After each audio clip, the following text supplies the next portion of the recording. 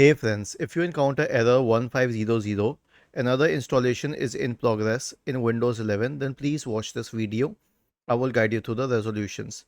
The first solution is a clean boot. Now, why am I performing a clean boot? Because if another installation is in progress, a bare restart can finish it. But what if that installation is in the background and you cannot see it?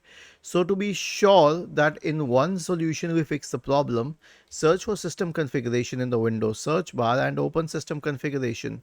Go to the Services tab, check the box associated with Hide all Microsoft Services. If any of the services checked, click on Disable All, Apply, OK, and then restart your computer.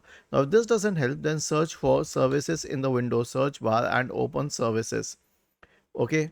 Now we will scroll down to the Windows installer service, right click on it, and then select Start or Restart if it's already started.